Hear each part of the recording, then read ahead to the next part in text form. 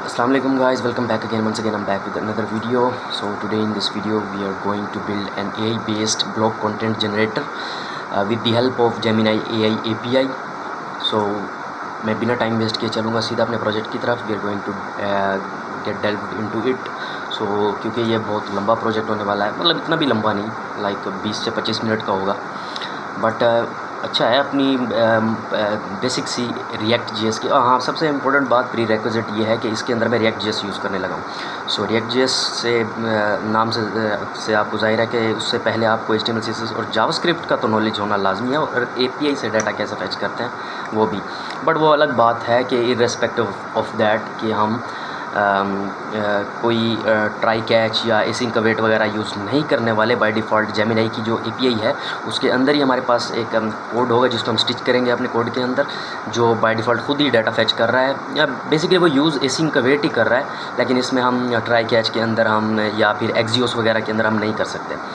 ये मैंने आपको इसका ओवरव्यू दे दिया है. और ये है कि इसके अंदर एक इनपुट बॉक्स होगा जिसके अंदर यूज़र अपना प्रॉम्प्ट देगा, और based on that prompt the API की दी हमारी जो रिस्पॉन्स होगा वो API से आएगा.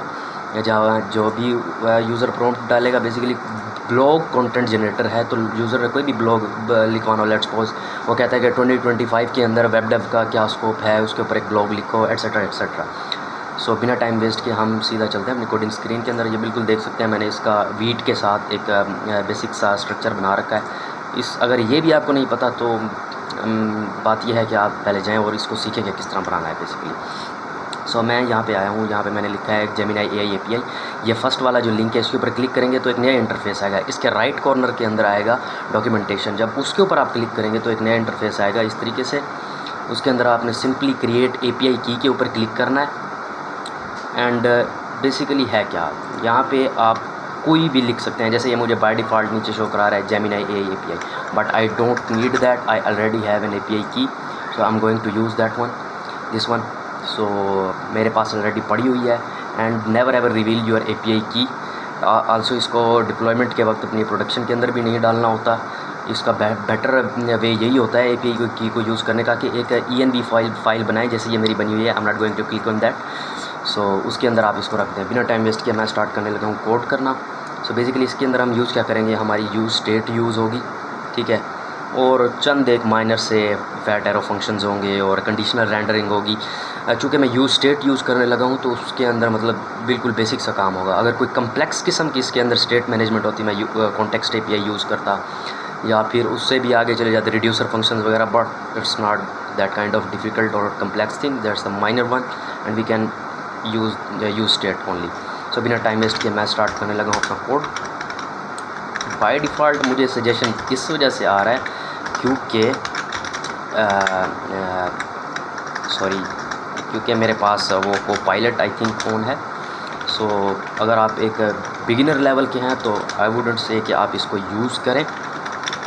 आपको खुद से ही प्रैक्टिस करनी चाहिए. But if you know that what is actually happening then इसमें कोई इशू नहीं है कि आप क्या यूज़ करें. मैं डायरेक्टली ऐसे करता हूँ, यूज़ स्टेट को ना इंपोर्ट ही करवा लेता हूँ टाइम टू टाइम. सो अब मैं क्या करने लगा हूँ, मैंने आपको कहा था कि जब भी मैं कोड करूँगा उसके बाद ही मैं आपको बताऊँगा. होम नहीं आएगा यहाँ पे. बेसिकली मैं कुछ और ही करना चाह रहा हूँ. सो अब मैं आपको यहाँ पे बताऊँगा. इसको करने के बाद पेज देखो, उसको पता चल रहा है कि मैं क्या करने लगा हूँ, कि पेज अगर मेरा जो भी पेज है इक्वल टू 1 है तो आप ये वाला कंपोनेंट दिखाओ, एल्स आप ये वाला कंपोनेंट दिखाओ सिंपली. सो मैं इसको कर लेता हूँ फॉर्मेट. हाँ अब सही है. अब थोड़ा बहुत प्रोफेशनल भी लग रहा है.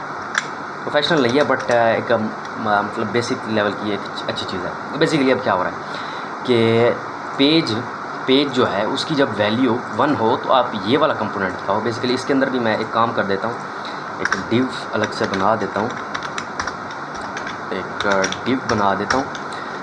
तो ये वाला कंपोनेंट दिखाओ, एल्स आप ये वाला दिखाओ. अब लेट्स सपोज मैं आपको ही दिखाने के लिए H1 यहाँ पे लिखता हूँ, आई एम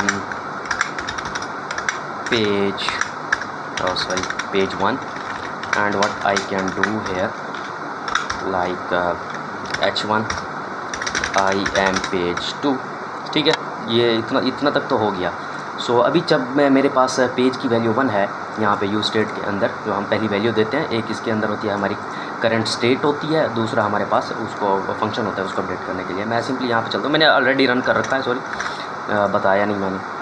सो यहाँ पे चलते हैं, हमारे पास पहला पेज आना चाहिए यहाँ पे कि आई एम पेज 1। ये जो इतना ज़्यादा देर लगाता है ना लोड होने में, ये देखें यहाँ पे आ रहा है I M page 1 and if I do here 2 और वट एवर एल्स, देख सकते हैं यहाँ पे आ रहा है आई एम पेज 2। सो ये इट वाज लाइक बच्चों का खेल। सो बिना टाइम वेस्ट के हम नेक्स्ट मूव करते हैं। बेसिकली मैं रिकॉर्डिंग के लिए यूज़ कर रहा हूँ बैंडिकैम, और मेरे पास इसका पेड वेरिएंट नहीं है कि मैं 10 मिनट की एक सिंगल वीडियो से मज़ीद थोड़ी सी भी ऊपर वीडियो बना सकूँ, तो बीच में थोड़ा बहुत फ्लक्चुएशन आएगी, तो उसको मतलब कि बनाने में थोड़ा टाइम लगेगा। सो मैं बिना टाइम वेस्ट के हम चलते हैं यहाँ के ऊपर AI बेस्ड, बल्कि AI ब्लॉग कंटेंट जनरेटर, और कुछ इस तरह से नज़र आ रहा है। H1 इतना छोटा क्यों नज़र आ रहा है? Well whatever it is. ये अब मैं चलता हूँ टेक्स्ट एरिया के ऊपर, जिसके अंदर मुझे ID नेम कुछ ज़रूरत नहीं है भाई आपकी, आप यहाँ से दफ़ा हो जाओ सिंपली। यहाँ पे मुझे ज़रूरत है तो वो है सिर्फ प्लेस होल्डर की, और यहाँ पे मैं लिख दूँगा इंटर यूअर प्रॉम्प्ट, प्रॉम्प्ट लिख देते हैं, प्रॉम्प्ट हेयर, और 3 dots better professional look. Okay, और and at the end we have a button generate content. So ये कुछ इस तरह से नज़र आ रहा है। अब मैं ये जो हमारा ये बाहर वाला डिव है, इसको कुछ स्टाइलिंग देते हैं। एक तो इसको क्या करते हैं, हम फ्लेक्स देते हैं, ओके, और दूसरा फ्लेक्स डायरेक्शन कॉलम देते हैं। मैं टेलमेंट यूज़ कर रहा हूँ, बेसिकली सबसे इंपॉर्टेंट चीज़ यहाँ पे मैं टेलमेंट यूज़ कर रहा हूँ, CSS यूज़ नहीं करने वाला, बहुत टाइम लगता है उसके अंदर। फ्लेक्स देता हूँ, फ्लेक्स को कॉलम देता हूँ, item centre, justify centre, height, ये सब कुछ सही है। मैं इसको टैब दबाऊंगा, ये सारी अप्लाई हो जाएगी, but the one thing which I am not going to apply है is the BG grey, because I am going to use something else. हुआ क्या है कि सारा कुछ सेंटर में आ गया सिंपली, और कुछ नहीं है। और फ्लेक्स डायरेक्शन कॉलम है, अगर ये कॉलम से हटाऊँगा तो ये हॉरिजॉन्टली एक दूसरे के सामने आ जाएंगे। Okay, so next what I can do, इसको कुछ स्टाइलिंग देते हैं हम।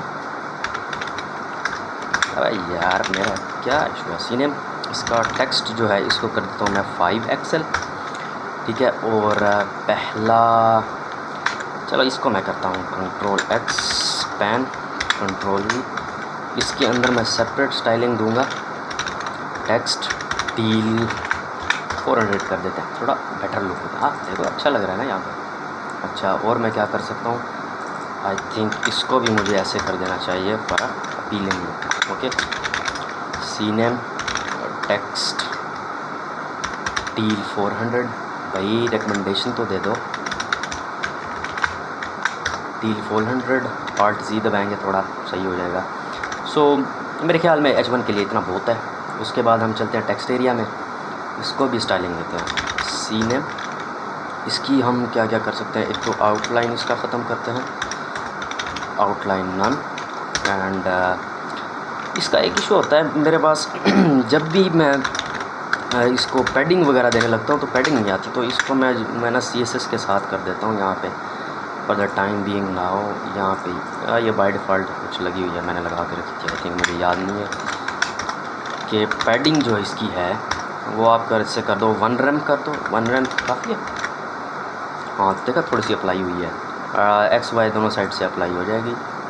अच्छा, उसके बाद बाकी स्टाइलिंग मैं यहीं पे ही करूँगा इसी टेक्स्ट एरिया के अंदर। ये आउटलाइन नन, बॉर्डर हम कर लेते हैं 1 का, बॉर्डर 1। एंड इसका बेसिकली इस तरह है कि अगर फोकस हो, जब भी इसके ऊपर फोकस हो तब करो बॉर्डर टील 400, ठीक है। अब जब भी, अभी नहीं, हाँ अभी जब भी मैं फोकस करता हूँ तो वो आ जाता है। तो इसके अंदर बाकी इसकी जो विड्थ करो, मैं एक डायनामिक्स करूँगा 50 VW, कितनी हो जाती है, परफेक्ट अच्छा है। अच्छा, इसको मैं ऐसे करता हूँ, इसको ना ऊपर वाला जो डिव है उसको गैप देता हूँ। अच्छा, ये जल्दी टाइमर बंद होने वाला है तो मैं उससे पहले ही बंद कर देता हूँ। And then I will be back in the next 10 minutes, just a second. Okay I am back. So यहाँ पे मैं थोड़ा सा गैप दे देता हूँ, गैप 4 का दे दिया है ताकि ये थोड़ा बहुत ना चीज़ें 4 से भी आई थिंक मुझे इंक्रीज़ करना चाहिए। 7 करूँ तो कितना है? हाँ सही है, 7 तक सही है।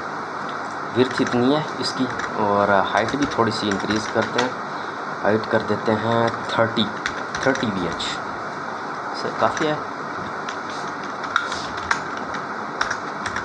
करनी पड़ेगी 60, और इसका टेक्स्ट भी थोड़ा बहुत इंक्रीज़ करना पड़ेगा। टेक्स्ट 2 एक्सेल ज़्यादा नहीं हो जाएगा? हाँ सही है, बस हाइट थोड़ी सी इंक्रीज़ कर देते हैं एंड इसको कर देते हैं 40। परफेक्ट। और थोड़ा सा राउंडेड कॉर्नर्स भी दे देते हैं। ओह सॉरी, राउंडेड एक्सेल ज़्यादा नहीं हो जाएगा? बस सही है। अच्छा, उसके बाद आ जाती है बारी बटन की। वैसे ये स्टाइलिंग वगैरह का काम है ना जो, तो इतना ख़ास है नहीं, तो इसको भी दे देते हैं border till 400। Let's see, border तो दिया ही नहीं अभी, तो उसको बस कलर वगैरह दिया है। बॉर्डर इसको भी 1 ही देते हैं, तो ये आ गया। इसकी भी हाइट भी सेट करते हैं, एच हम कर देते हैं 40 पिक्सल्स एंड 60 कर देते हैं या 50 कर देते हैं। हाँ अब सही है। एंड विड्थ भी इसी के अकॉर्डिंग ही मैं सेट कर देता हूँ। विड्थ कितनी होनी चाहिए इसकी? 50 VW। क्या ख्याल है, सही लगेगा? हाँ सही लग रहा है वैसे। इसको भी थोड़ा सा राउंडेड शेप दे देते हैं, राउंडेड। हाँ काफ़ी है, 1 भी काफ़ी होगा। राउंडेड या फिर एक्स्ट्रा लार्ज देते हैं, सही लग रहा है? हाँ सही लग रहा है। और कर्सर थोड़ा सा पॉइंटर कर देते हैं एंड जब भी इसके ऊपर हो एक्टिव हो तो इसका करो कि स्केल जो है करो 0.95। क्या ये अप्लाई होता है? नहीं हो रहा। तो एक और तरीका भी मेरे पास है, 0.95। Okay perfect. और इसकी ट्रांजिशन भी थोड़ी सी दो, परफेक्ट। और जब भी इसके ऊपर हो हवर, तब क्या करो, इसका बीजी करो टील को थोड़ा ना डार्क रखूँगा ताकि टेक्स्ट विजिबल हो। इससे भी थोड़ा सा डार्क 800 कर देते हैं, परफेक्ट। और टेक्स्ट को ना थोड़ा सा ना लार्ज कर देते हैं, टेक्स्ट 2 एक्सेल, परफेक्ट। ये हमारा काम सारा हो गया स्टाइलिंग वगैरह का, जो कि इतना कुछ ख़ास था नहीं। अब कुछ बेसिक चीज़ें हैं जो हमने परफॉर्म करनी है, जैसे यूज़र से इनपुट लेना। उसके लिए सबसे पहले क्या है, टेक्स्ट एरिया। हमारे पास बटन होता है तो उसके ऊपर कौन सा इवेंट हैंडलर होता है? ऑब्वियस ही बात है, ऑन क्लिक इनपुट होती है, उसके अंदर क्या होता है, ऑन चेंज होता है। इतना तो हमें पता है ना कि कैसे करना है। ऑन चेंज के ऊपर मैं चाहता हूँ कि आप इसके अंदर ही बेसिकली, इससे भी पहले मैं क्या करता हूँ, इससे भी पहले ये नहीं पता, मैं ऐसे करता हूँ, एक नई स्टेट बनाता हूँ, कॉन्स्ट इनपुट सेट इनपुट। हाँ सही है, सही आ गया। उसके अलावा कॉन्स्ट आउटपुट सेट आउटपुट। अगर आपको नहीं आता तो आप ये नहीं कीजिएगा।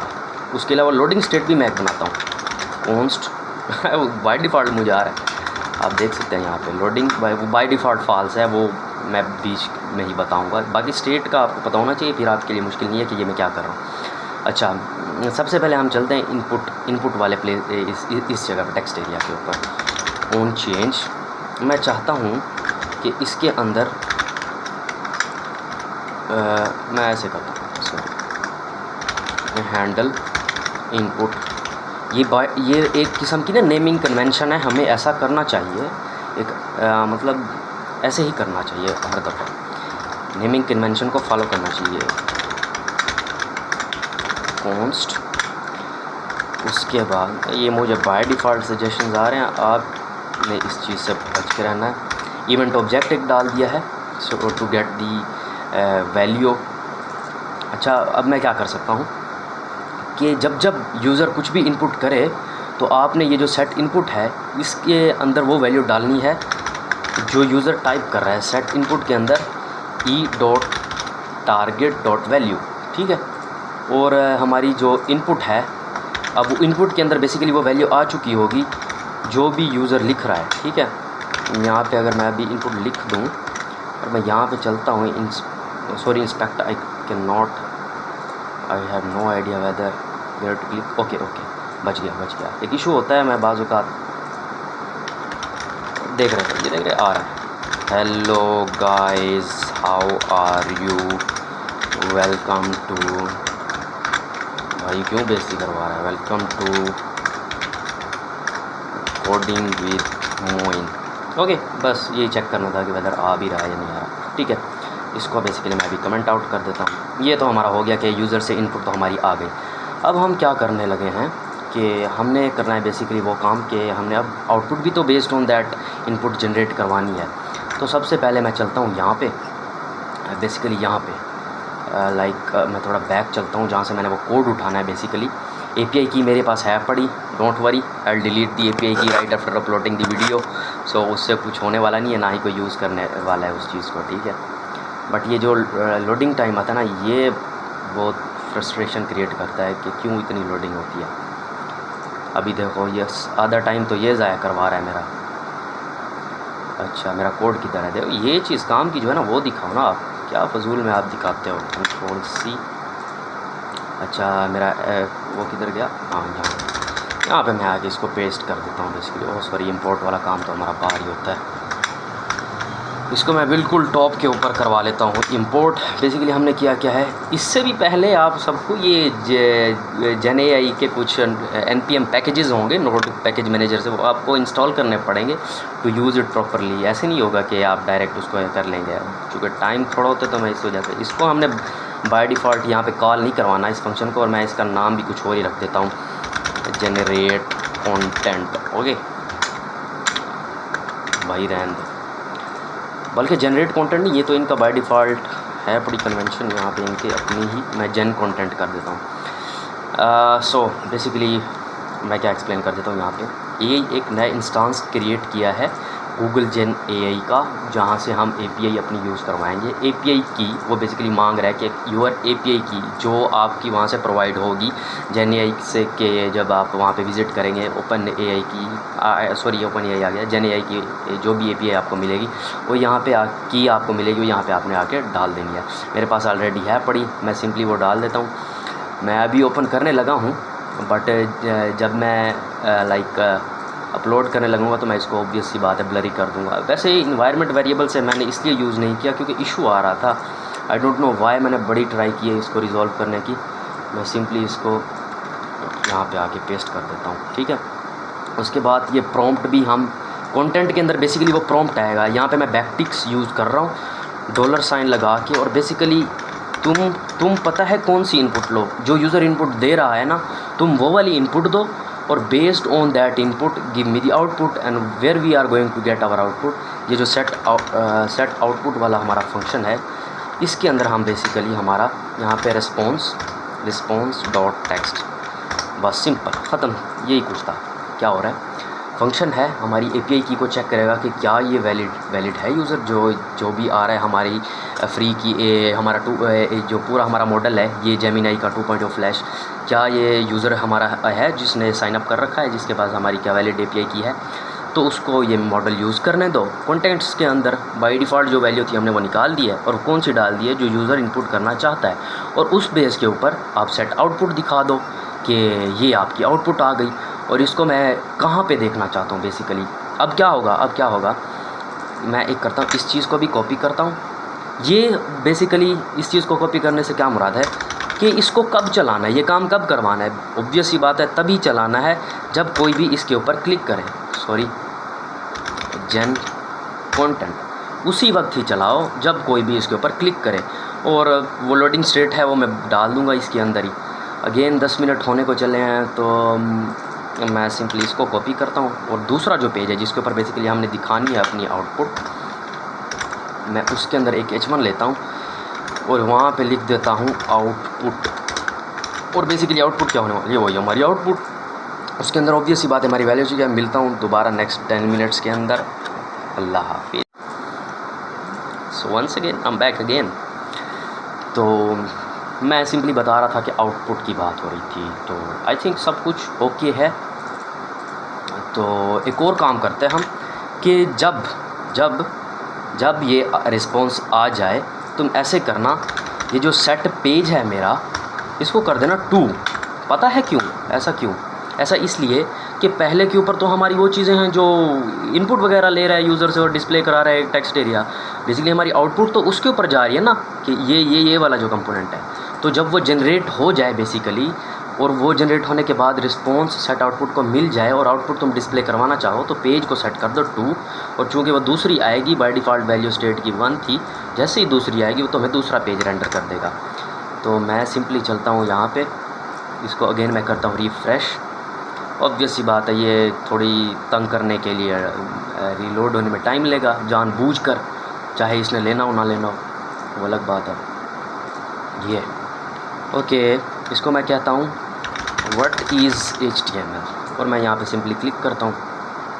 एंड हमें दिखाना तो चाहिए, चूँकि कोई इशू है नहीं, चूँकि नहीं दिखाया तो हम इंस्पेक्ट कर लेते हैं कि क्या इशू आया है। बेसिकली कंसोल में मैं चलता हूँ, यहाँ पे भी कुछ नहीं दिखा रहा। क्यों नहीं दिखा रहा? वो आ गया, इतना टाइम लिया है यार, इतना टाइम लिया है। फाइनली हमारी API तो काम कर गई है। HTML stands for hypertext markup language standard blah blah blah, ठीक है। बेसिकली हमारा काम कर रहा है सारा। अब मैंने एक ये करना है कि यहाँ पे मैंने एक बैक वाला बटन डालना है, जिसको मतलब मैं वापस भी जा सकूँ, ऑब्वियस सी बात है। तो मैं एक काम करता हूँ, अब मैं 2 चीज़ें यूज़ करने वाला हूँ। एक तो मैं मार्कडाउन यूज़ करूँगा रिएक्ट का अपना ही, दूसरा मैं यूज़ करूँगा रिएक्ट के आइकन्स। तो मैं यहाँ पे सिंपली लिख देता हूँ रिएक्ट आइकन्स, एक नए टैब में रिएक्ट मार्कडाउन, हाँ markdown, and one more thing is react spinners for the loading state. माशाल्लाह मेरा नेट आई कांट बिलीव कि इसने इतना जल्दी लोड कर लिया। सो उससे पहले मैं अपना काम मुकम्मल कर लेता हूँ यहाँ वाला।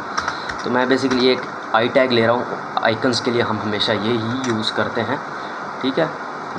मुझे पता था तुमने इतना ही टाइम लेना है। तो इसके ऊपर मैं क्या करता हूँ कि जब भी तुम्हारे ऊपर हो क्लिक, तुम क्या करना, जो सेट पेज है उसकी वैल्यू को कर देना 1, मतलब दोबारा से वापस ले चलो। हाँ ऑब्वियस सी बात है, हमने आउटपुट देख लिया है। तुम्हारे ऊपर जब क्लिक हो तो तुम्हें वापस रीडायरेक्ट कर दो हमारे पिछले पेज के ऊपर, जहाँ से हम इनपुट दे के आए हैं, ठीक है। बाकी सब कुछ ओके है।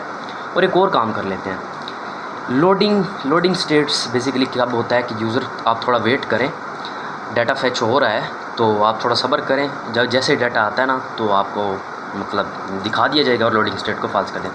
तो क्या करना है बेसिकली हमने कि जब क्या हो, यूज़र यहाँ पे हो, बेसिकली यहाँ पे कि सेट लोडिंग जो है उसको कर देना ट्रू, कि यूज़र अभी ट्रू है तो तुम सब्र करो थोड़ा सा। उसके बाद जैसे ही आउटपुट आ जाए set loading equals to false, बस ख़त्म। जब लोडिंग आएगी तो हम क्या करना चाह रहे हैं, मैं यहाँ पे लोडिंग का काम करवा लेता हूँ। इफ़ लोडिंग, अगर तो लोडिंग है तो आप क्या करो, रिटर्न करवाओ एक नया कंपोनेंट। और कंपोनेंट क्या है वो हम यहाँ से रिएक्ट स्पिनर से उठा लेंगे। ये इसके ऊपर बेसिकली आपको पहले इंस्टॉल करने पड़ेंगी ये सारी चीज़ें। मेरे पास चूँकि रेडी इंस्टॉल्ड हैं पड़े, तो टर्मिनल के अंदर बेसिकली हमें ऑन करके इनकी कमांड होती है npm i React spinners blah blah इस तरीके से। तो मैं यूज़ करने लगा हूँ arrow left basically. Okay, I hope आ तो जाना चाहिए, यहाँ पे आ तो रहा है एक आध। आ जाओ भाई यार, मैं एरो लिख देता हूँ अकेला बस, एरो लेफ़्ट, हाँ ये वाला सही लग रहा है। सिंपली यहाँ से हमने करने होता है इम्पोर्ट, कंट्रोल C, इसको टॉप पे हमेशा इस तरीके से जो इंपोर्ट वाली चीज़ है ना उनको हमेशा टॉप पे। और ये बेसिकली हमारा पूरा एक कंपोनेंट है जिसको हम यूज़ करेंगे अपने आई टैग के अंदर। मैं चला जाता हूँ बिल्कुल नीचे, यहाँ पे मैंने कर दिया पेस्ट। और अभी हम देखते हैं, चलो देख ही लेते हैं। हाय, यहाँ पे मैं सिंपली लिखूँगा हाय, तो यहाँ पे वो थोड़ा सा लोड हो रहा है। What happened, I don't know what happened, but output नहीं दिखा रहा था हमें। ओहो यार, क्योंकि अभी हमने रिटर्न करवा के छोड़ दिया ना, तो क्या दिखाए बेचारा। हम ये चाहते हैं कि भाई तुम ऐसे करो, हमें कोई भी तुम्हारा बाय डिफ़ॉल्ट स्पिनर यहाँ पे पड़ा है, मैं यही कॉपी कर रहा हूँ बस वैसे ही। इसको तुम यहाँ पे करो पेस्ट, और इसका मुझे दे दो कोड, कहाँ पे है, ये रहा क्लिप लोडर। यार सारा कॉपी पेस्ट वाला काम होता है, खुद से कुछ नहीं लिखना पड़ता आजकल। अगर आपको चीज़ों की समझ बूझ है ना तो simply copy and paste. So colour क्या है, कलर क्या दो यार, तुम कलर ये वाला नहीं देना चाहते तो मेरी मर्ज़ी का दो ना यार। माउस तो कौन सा दो, हाँ यही दो भाई, मुझे कोई इशू नहीं है। CSS ओवरराइड, भाई हट जाओ, ओवरराइड नहीं करो, मैंने कुछ नहीं लिख रखा ऑलरेडी। सो सिंपल, ख़त्म हो गई सारी बात। यहाँ पे कंसोल में कोई एरर आ रहा है क्या, नहीं आ रहा। अगर अब देखें, अगर अब लोडिंग होगी स्टेट, मतलब यूज़र डाटा फैच कर रहा है यहाँ पे हमारे पास, ये देखें यहाँ पे सेट लोडिंग हमने ट्रू कर दिया। जब ये फैच हो रहा होगा तो तुम क्या करना, ये दिखा देना, ठीक है, ये वाला। और जब ये डाटा आ जाए तो सेट लोडिंग को फॉल्स कर देना और ये वाला डाटा दिखा देना, बेसिकली जो हम ये वाला आउटपुट दिखाना चाह रहे हैं। ओके, मैं इसको ना एक बार फॉर्मेट कर देता हूँ। तो hi how are you, regardless of that कि इसकी फीलिंग्स होती, क्या कमाल चीज़, आउटपुट नहीं दिखा रहा। अब इशू ये है कि अब ये आउटपुट नहीं दिखा रहा मुझे, क्यों। ओके, क्या ये इशू हो सकता है। सेट पेज इक्वल टू 1, क्या वो बाय डिफ़ॉल्ट हो रहा था। हाय हाउ आर यू, चल जाना चाहिए यार, तुम्हें चल जाना चाहिए। चल जा भाई, चल जा। आई डोंट नो वाई, चलना तो चाहिए था इसको। मैं नेट चेंज करके देख लेता हूँ। I have no idea whether why is it not working.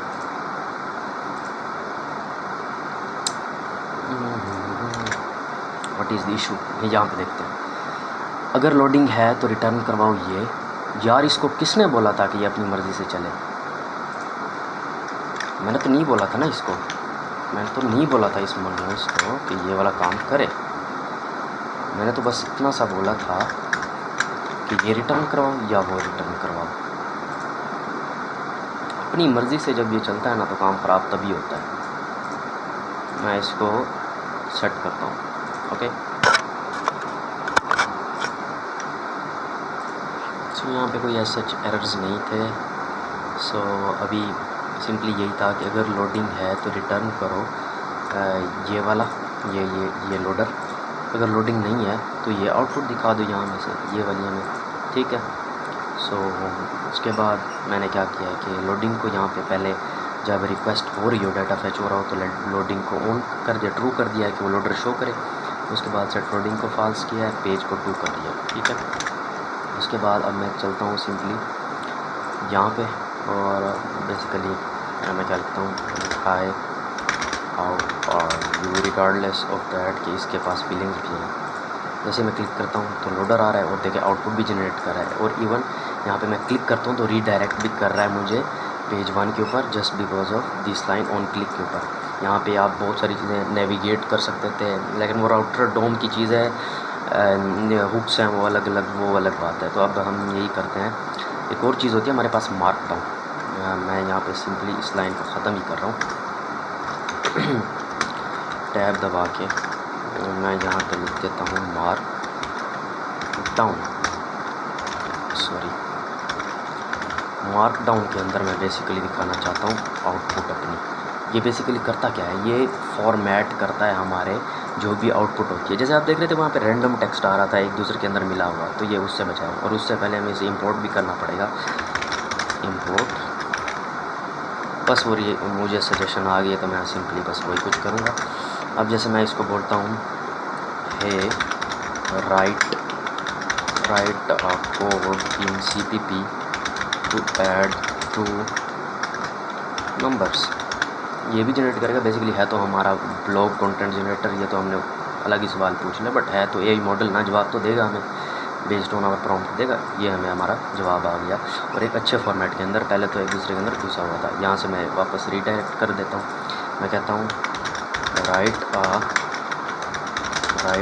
Blog on web dev in 2025। जैसे क्लिक किया वो लोडर चला, ठीक है। अभी दोबारा बंद होने वाला है, मैं दोबारा से आता हूँ। सो अगेन हम बैक, और ये देख सकते हैं यहाँ पे हमारे पास वेब डेव के ऊपर इसने पूरा एक हमें ब्लॉग जनरेट करके दे दिया है एआई का पूरा, ठीक है। तो इस तरीके से, और इसकी जो स्टाइलिंग है वो आप खुद से भी कर सकते हैं, तो मुझे ज़्यादा बताने की ज़रूरत नहीं है, लेकिन चले मैं थोड़ी सी कर देता हूँ इसकी। लाइक ये वाला जो हमारा है सीन है, कौन सी होनी चाहिए, लाइक इसकी flex, justify center, alliance,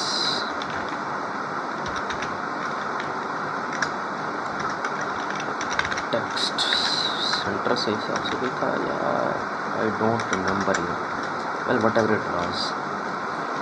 and और क्या क्या कर सकते हैं हम, इसी पेज पे चल रहे हैं, कुछ भी बस रैंडम सा लिखते हैं, उसी पेज पे चलते हैं देखने के लिए कि ये यहाँ पे क्यों पहुँच गया। फ्लैक्स, बस फ्लैक्स ही रखते हैं यार, मुझे वापस नहीं आना, बस यहीं पे रहे, ठीक है। इसको ना MB मार्जिन बॉटम देते हैं 6 का, थोड़ा सा ना नीचे से मार्जिन आ जाएगा, ये बेसिकली इसको लगना तो चाहिए था, क्यों नहीं लगा I have no idea. Flex MB6,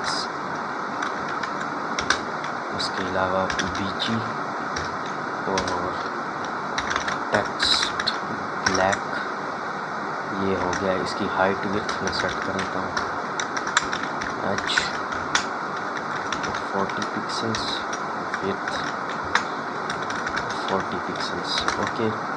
तो ये इस तरह से है। अगेन मैंने उसके ऊपर क्लिक कर दिया, कुछ भी ऐसे रैंडम लिखते हैं, ये आ गया, और इसको कर देते हैं राउंडेड एक्सेल या राउंडेड 0 या 1, इस तरह की तो कोई है ही नहीं, 2 एक्सेल। और टेक्स्ट सेंटर, इस तरीके से कोई क्लास है या नहीं है, I have no idea. Justify